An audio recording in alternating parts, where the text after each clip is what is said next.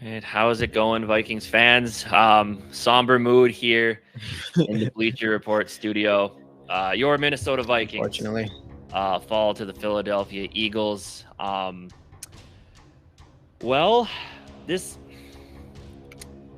it's an interesting game. it was Interesting game. look. So a lot of people had a feeling that the Vikings were going to lose this football game, right? Like, especially after last week, you drop one you should have won at home against Tampa Bay in the home opener.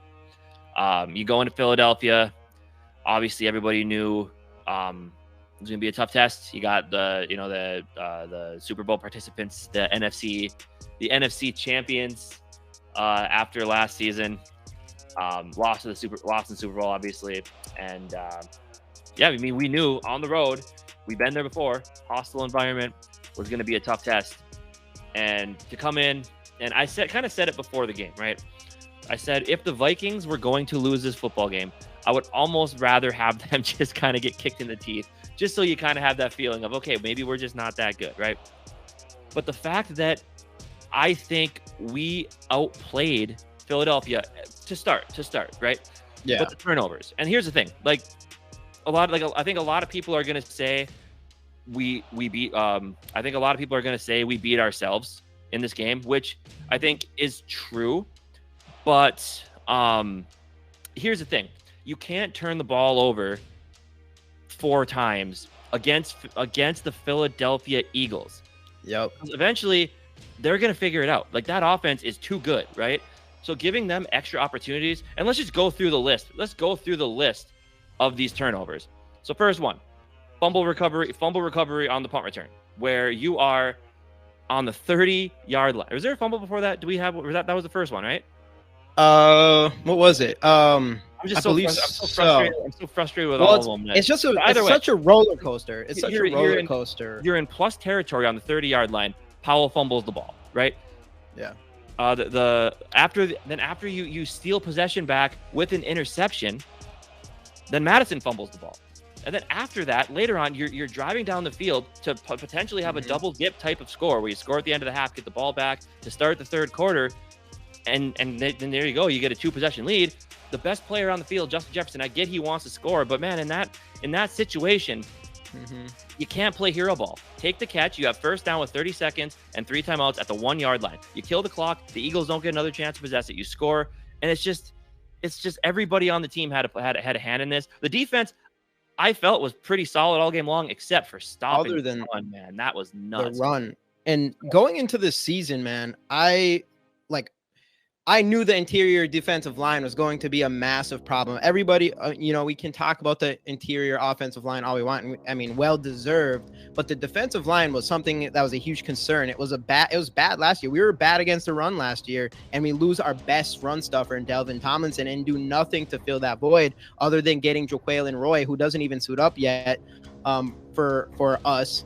And this showed it big time. As soon as the Eagles figured out that, hey, we can't stop the run to an extent that I didn't think it was going to be that bad. There was nothing we could do. There was holes on holes on holes on holes. And it was the reason why I think we lost in the end of all of this, even though the turnovers obviously terrible and terrible timing. The highs and lows of being a Viking fan is so insane that every single turnover has to come from something good. Like, we do something really good, boom, turnover. It's just the highs and lows of the Vikings fans for real. So that's super annoying. But after that, it was as soon as they caught up, when they ran down the field and got that touchdown, and then the Justin Jefferson thing happened, and they were up 21-7 at that point, I believe.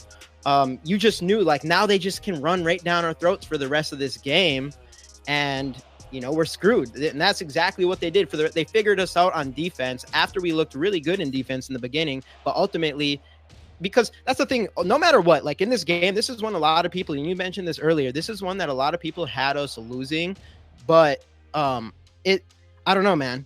Like, you had a lot of people had us losing, but we played good. Like, we might have been, you take those turnovers away, there's a good chance we win this game.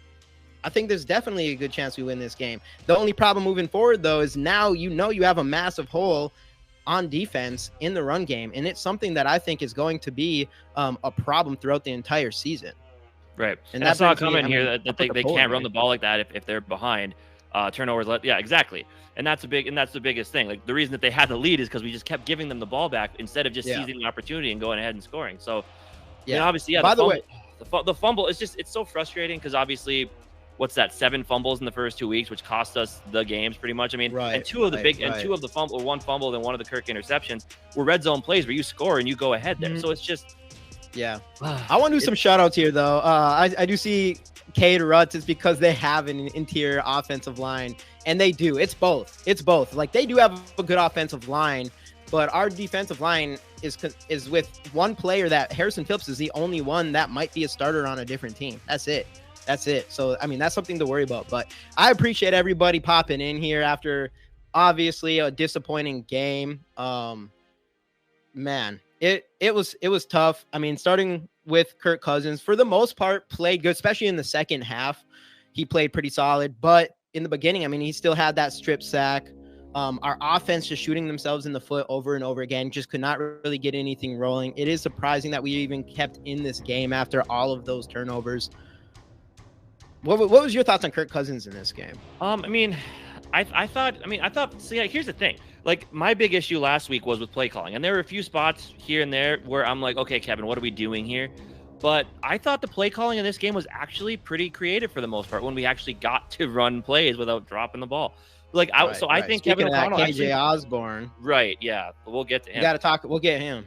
Yeah, but I think Kevin O'Connell actually did a pretty good job calling plays this game, personally. But the thing with the run game is, I was hyping up Madison. I thought we may have had something there, but just at this point, and it's a big part of it is the interior offensive line, but it really just feels like it just ain't it at this point, unfortunately. And that's what I want to bring up real quick, because you're already on Madison, and 28 rushing yards we had to 259 we allowed. That is a massive difference. But look at our secondary, 346 passing yards we had, and we only allowed 171 passing yards. And even last week, we allowed less than 200 total yards. So it's not even the defense so much, other than the run game. The run defense obviously showed a huge hole in that. But other than that, our defense they held up as best as you can, especially in the first half when we barely had any offense on the field. So the defense, again, is playing so much, and you're just getting worn down. And as soon as that happens, they start running the ball. So, but yeah, I guess let's kind of get into some winners and losers from this game. There were a couple of winners, right? I mean, Jordan Addison is showing us why he was our first round pick this year. Had the nice touchdown catch from Kirk Cousins. So that was one of my big ups. Who was your biggest winner from this game? Which one was yours? Sorry, I went with Jordan Addison. I thought Jordan. Addison, man, that's hard. Jordan Addison's my guy. He's the rookie. I called out. He was my number one rookie going into this draft. I chose him as Vikings pick, even though obviously now you look back and you want interior offensive lineman. But I thought Jordan Addison had so much talent that even if he was somehow there at 23, I felt like we had to go after him. And now I think a lot of fans probably can get on board with the Jordan Addison train, because he looks fantastic out there, especially what we're seeing getting to the receivers in KJ Osborne, who did catch a touchdown. Like if he's absolutely wide open, KJ Osborne's pretty good when he has nobody on him. He's not bad. But man, you get a little bit of pressure on him, and he probably had 3 drops in this game at least, like big ones. Yeah. Yep. Big drops. For sure. Then obviously another winner you could talk about is Daniil Hunter. 3 sacks in this game. That last one super important just for keeping the game alive at that point. But outside of that though, I mean, Kirk you could throw in there because he did. T.J. Hawkinson had 2 touchdowns, I believe, this game. Yep. So he played really well. But outside of that, I mean, winner-wise, I guess I don't really know. I mean, Jordan Hicks looked good out there. Jordan Hicks looked really. I was very impressed. He was all over the place. Mm-hmm. Harrison Smith, man, in 2 games, we haven't seen much of him. Yeah, where has he been? I mean, I still love me some Harrison Smith, but is the age starting to show a little bit here? It is getting a little bit worrisome in that regard there. But I mean, I just think the main thing that we do need to talk about here is turnovers, and that's kind of what we're seeing in the comments here as well. It's just turnovers in bad times, man. It's so frustrating because this is one of those games you felt like if we play clean ball and don't turn. I mean, couple turnovers happened, but I mean, 4 of them, and a lot of them in key spots too. Like 2 of them where you're going to be in plus territory with a chance to score. This felt like one of those games where we played better than Philadelphia, and just, Vikings gonna Viking, whatever. Just stupid little things happen. Early on, Kirk did get some pressure in spots as well. I mean, Jalen Carter didn't have as big of an impact as I thought he was going to, which was nice. I mean, there were certain points where the offensive line held up decently, but there was some, like early on, Ezra Cleveland just got absolutely blown past. Udo's injury during that one. That was a really nice play Kirk Cousins made on that, but man, he got blown up. Well, and speaking of the offensive line, and speaking of the offensive line, like this was the preseason nightmare. Like we're watching, like it's a good thing we have people we know can play on the offensive line. Sure, they're not great, but they're better than our backups. What did we get for a lot of this game? We got our backups. Backup center. Yep. We're on our 3rd string left tackle. So, I mean, Darisaw suited up and didn't play. Man, it's just it's one of those games where I felt like we could have been in control of this thing from the jump, but it just hasn't. It's kind of the same thing against the Buccaneers. It was just back to back, exactly the same thing, and it is shooting yourself in the foot. And that's the unfortunate thing is, you do kind of feel like you might win this game. Like against the Eagles, we were supposed to get blown out in this game, or a lot of people had us getting blown out, and it stinks. Like you want. Obviously, like going in this game, I mean, some people were probably hoping like, hey, if it's even close or whatever, but this was a game where we should have probably would have won. We probably should have won without all these turnovers, especially where they came from. And we had, like you said, the kick return, we were at the 30-yard line and then he fumbles. So that we would have been in the red zone there. The Justin Jefferson thing, that was almost a touchdown to be taken back after that. And then of course you pick off Jalen Hurts for our one and only turnover on defense this entire season. Well, 2 games, but still. And then first play of the game, fumble coming out of the halftime. Second play, strip sack. It's just crazy. It's crazy. Yeah. Outside of that, I mean, what else? What up, the man? Defense was solid, just tired after being on the field for 40 absolutely. minutes. And that's one thing too. But I do want to say, I think the run defense it's something that we should worry about. And the biggest issue with that is if they might have been tired. And the biggest thing with that is size. We just have no size on that interior offensive line or defensive line. Well, offensive line as well.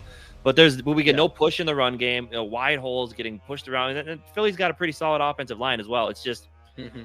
And that's why they can pin their ears back in the pass game, just because they know there's no real threat of a run game there. So I don't know, but just the fumble, those fumbles need to get cleaned up. And I mean, if that comes down to coaching, then so be it. Like, or maybe it's just bad luck. I know we had, people would say we have good luck we had good luck last year, and I know Al Michaels and Kirk Herbstreit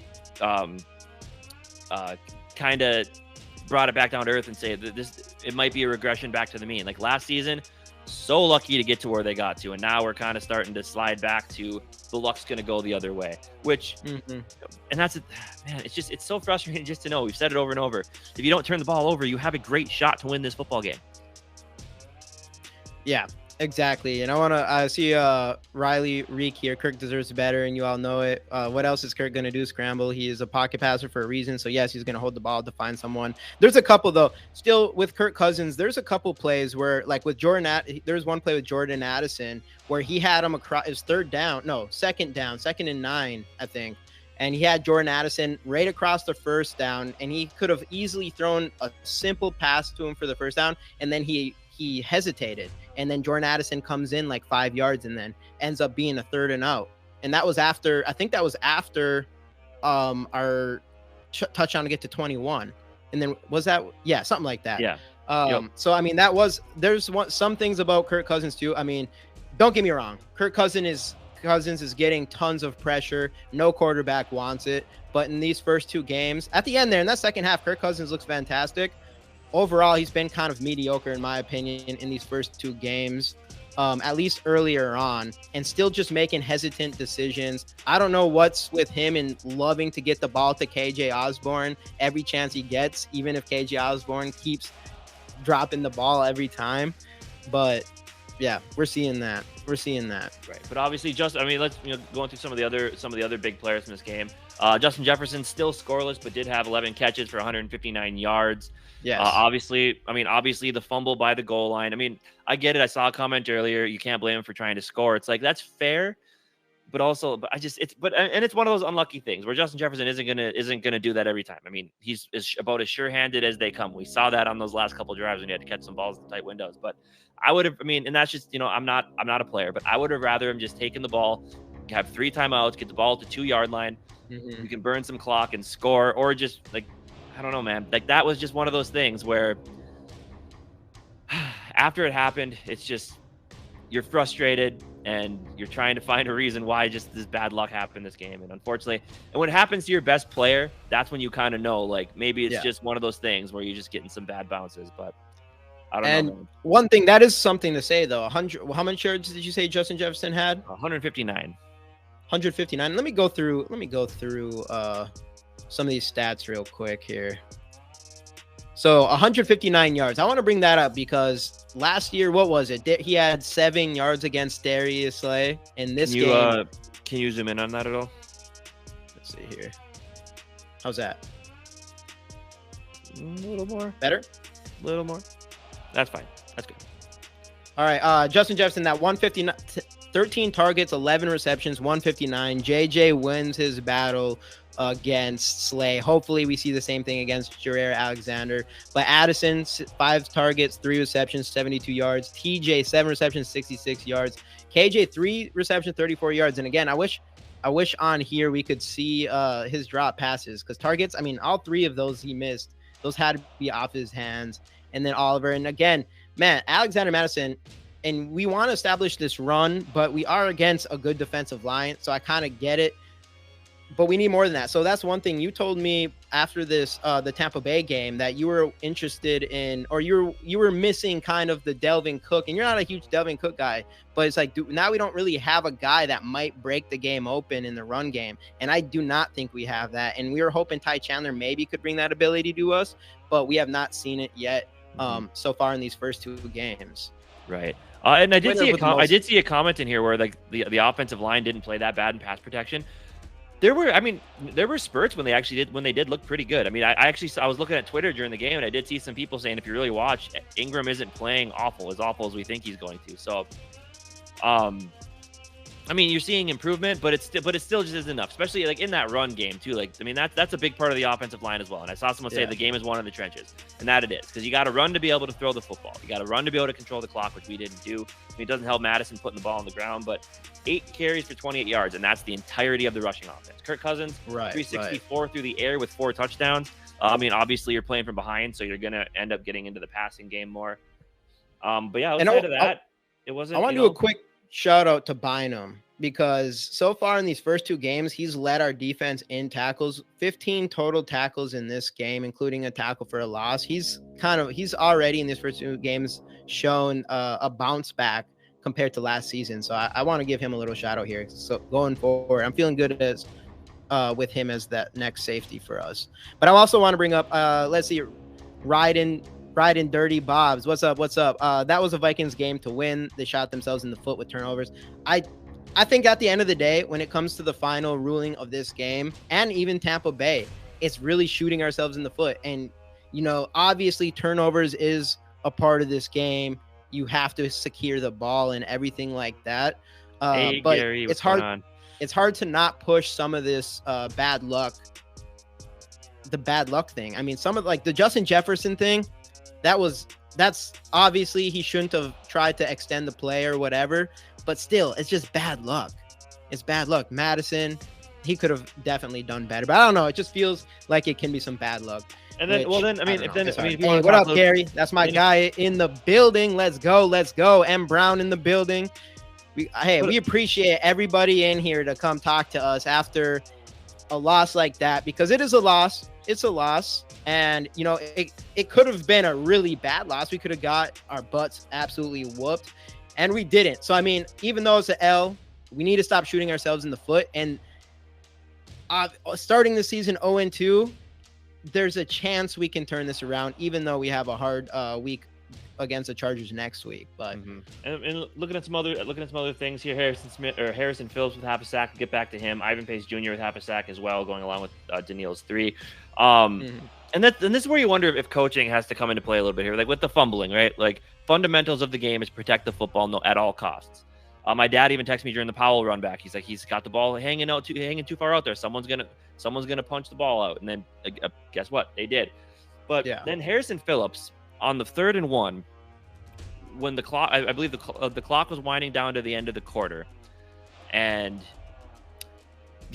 for a fact they're going to try to get you to jump off sides, and he jumps off sides and gives them the free first downs. It's like stuff like that. You just can't, and then the timeouts you just can't do if you want to win football games. And then KOC with these timeouts have not been good at all in these first 2 games. Terrible in the first 2 games. And I think my biggest issue with the first one was just like the simple thing is it's like, and now we had to waste time out on the field goal try where it's like it's field goal coverage, like field goal defense, you're out there. And then we still got like Lewisine was running in and out, so they had to burn a timeout there, which hurt. Been nice to have that later. But man, I don't know. It's frustrating. Yeah. Yo, Gary, bros, please give me permission to say one thing, please. Hey, Gary, say what you got to say, man. Drop it in there, man. We'll read it. That's our guy. Jay Jacks. Harrison looks lost in this D. Vikings only team blitzes and run into each other. Yeah, we haven't seen Harrison Smith. We're all pumped up about seeing the Harrison Smith off the line thing that we didn't get to see last year. I mean, there's no question, like our defense, especially in the beginning of this game, we were bringing the pressure. Gary Balser, embrace the suck. Embrace the suck. That's like the only option that we have as Viking fans, it seems like sometimes. And I did see one say that we have 11% chance for playoffs. Hey, we're not as bad. We should have beat the Eagles. We definitely should have beat the Tampa Bay Buccaneers.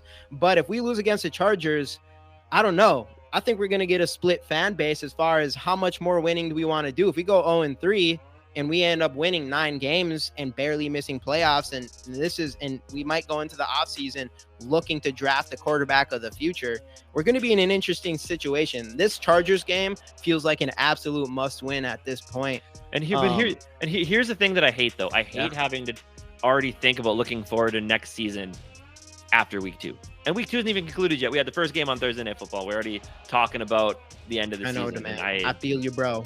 I feel you, the man. It's hard. We picked the team. We picked this team. By the way, that fumbling out of the back of the end zone rule is stupid. Absolutely stupid. I hate it. I know. That's brutal. I'm trying to think. I don't know what they would do with that, but it killed us. Obviously. I mean, that's a whole different. What was the score at that point? It was 7. That was at the end of the end of the half. 10 to 7. Yep. So if we would have scored there, it'd been 14-7. We would have came out with the ball. Obviously, we ended up putting it on the ground again. Well, 14. But 14 it could have been. It would have been 14 to 10. 14 to 10. Yeah, and then of course they end up coming back and kicking the field goal to make it 14-13, and then come out and we get the strip sack right away. How many? Let us go 0-17. How many offensive linemen got hurt tonight? Technically, only one, but Darrisaw. But Darrisaw didn't play. He was activated. Same with Davenport. Did anyone see Davenport? No. What's the point of activating them if they're not going to be on the field at all? The waste of a roster spot. Let me ask you that. Yeah. How about Byron Murphy though? So he looked pretty good most of the game. Well, he definitely did. The one time AJ Brown burnt him so bad, but they ended up calling it back for that holding penalty on Ivan Pace Jr. So mostly he looked good. And honestly, the secondary, I think I brought it up, but we only allowed 171 yards in this game where you have Jalen Hurts and AJ Brown and Devonta Smith. So I think that's and Godere. So that's a huge win from a secondary standpoint, and for the fact again that they were out on the field so often because of how the Vikings played in the beginning of the game with all the turnovers, that it was impressive.